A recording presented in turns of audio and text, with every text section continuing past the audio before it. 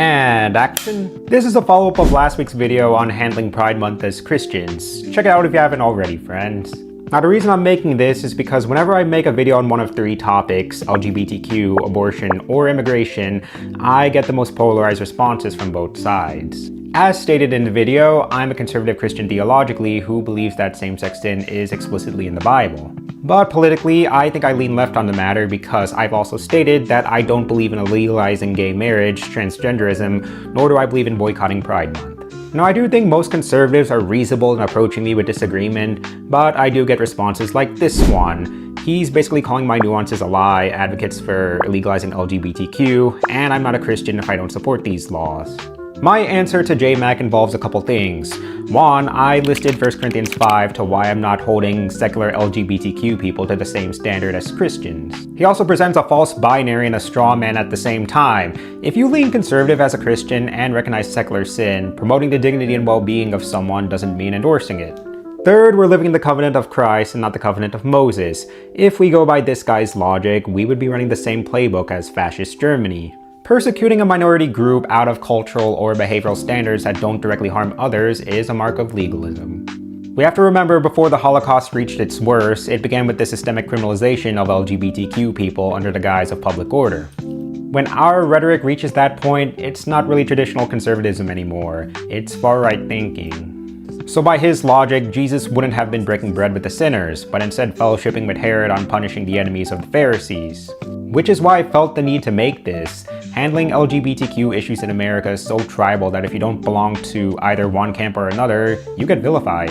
So I'm going to talk about my experience on how I've been all over the board. It's the kind of nuance that the internet echo chambers won't be sharing. Let's start off by connecting with my conservative audience. So back in high school, I grew up in a really conservative-leaning environment. I grew up in a Catholic household where in my church, they were pretty vocal on the culture. I knew some very liberal students at my school who I was briefly friends with. One of them was a woman coming out as a transgender man. I think I did the common thing, which was not refer to him by the gender he wanted to go by. But it wasn't because I was following religious beliefs. I just generally didn't understand it at the time. And I got slammed. This friend group took my social media pictures, made memes of me, and sent me hate messages over and over. I basically learned what cancel culture was before it was cool. I even learned that social justice pushed too far can turn humans indecent. And for what it's worth, I did get a lot more resentful to left-leaners, and it got me more involved in my church at the time. You know, at least for a short while, I did generally share the same views as modern conservatives against LGBTQ people. The culture was pretty tiring that if you don't agree with something, you earn this label. I do think it's perfectly valid to criticize the left nowadays when they resort to insults, labels, or cancel culture against people who don't share the same views as them. And I'm not talking about far-right views that basically calls for violence or persecution of people. I'm just talking about nuanced stances or people not educated enough on the subject. Tribalism does apply to both sides, and I do think the far left does do things that make them a polar opposite of the far right. They're just not as powerful because Donald Trump isn't in power. But there's more to the idea of cancel culture that I do need to cover in another video. Both sides do this, but I am empathizing with my right-leaning friends that I did fall victim to this by the left. Now, I could get into the story about how I went to college, started doubting God because of a bad church environment, and how I became a hardcore Democrat for the next 10 years. But again, another video.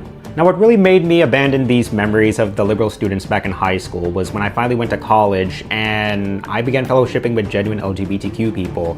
They helped me become a better Christian. It wasn't really until college where I left my conservative bubble in high school and started talking to more LGBTQ people. In college, I made a friend named Phil, devout Christian, openly gay, someone who I have a lot of theological disagreements with. We went to Oxford together and he was one of my favorite people on the exchange program. Now, Phil brought me to an Anglican church once, and honestly, I was really encouraged. It just amazed me that someone like him had a really genuine relationship with God, despite our doctrinal differences on sin. I even joined the Quidditch team at Oxford, and I met some of the most awesome LGBTQ people. They didn't care that I was Christian. They didn't judge me for my religion or convictions. They were just great people who happened to be same-sex attracted or trans. I'd honestly say this era was part of the reason I became a super liberal then a leftist for some time, but even when I left political tribes about a year ago, many of the principles are still there. I think the Holy Spirit works in ways that really shifts our perspective on people. When we talk to an immigrant, a trans person, or a non-believer, we really get to see the human beyond the label. And even if you hold the orthodox view of same-sex behavior as a Christian, I think the biggest trap you can fall into is elevating the sin above the person made in the image of God. I think this really matters when we consider lobbying for laws that criminalize LGBTQ people or pride festivals just because the Old Testament says we can. Some of these people you're mistreating right now may become the most devout Christians later on.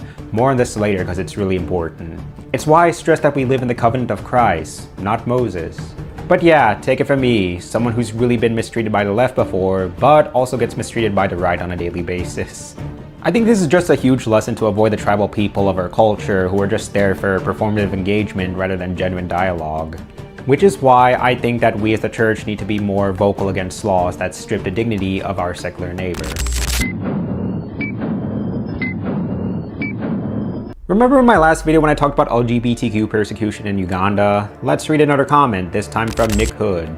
Unjustly killed in Uganda? If you're claiming the death penalty for homosexuality is unjust, you're calling God unjust. God did institute the death penalty in ancient Israel for it. If the death penalty is unjust for homosexuality, then why did God institute it in ancient Israel? Do you see the problem in calling God unjust and claiming to be a Christian? I see this problem super often when I bring up LGBTQ issues as a Christian. It's a theological error that's altogether too common in far-right echo chambers, because it collapses the distinction between the Old Covenant and the New Covenant. God gave a specific ceremonial code to the ancient theocracy of Israel. We're living in the New Covenant of grace established by Jesus Christ. By Nick's exact logic, modern secular governments should also be executing people for picking up sticks on the Sabbath, eating shellfish, or committing heterosexual adultery. You can't just pick and choose parts of ancient civil code you want to weaponize with the death penalty while ignoring the rest. Second, Nick's logic completely ignores the actual actions of Jesus in the Gospels. In John 8, a woman caught in adultery was brought before Jesus. Now, according to the exact Levitical law that Nick is advocating for, she legally deserved to be executed. But what did Jesus do? He stepped in, stopped the execution, and extended mercy. By Nick's own logic, Jesus himself was calling God unjust by refusing to let them stone her to death. Now, I completely stand that what's going on in Uganda right now and so many other countries where LGBTQ people are facing persecution, these are humanitarian disasters. And this is unfortunately the way that most of the secular world sees Christians, which is why I think it's a bigger problem than we think since we're called to make disciples. But since we have to get back to the task at hand, what ultimately changed my view of LGBTQ people? The reason I think we should always look at LGBTQ people as people made in the Imago Dei first and sinners second is because of one simple reason.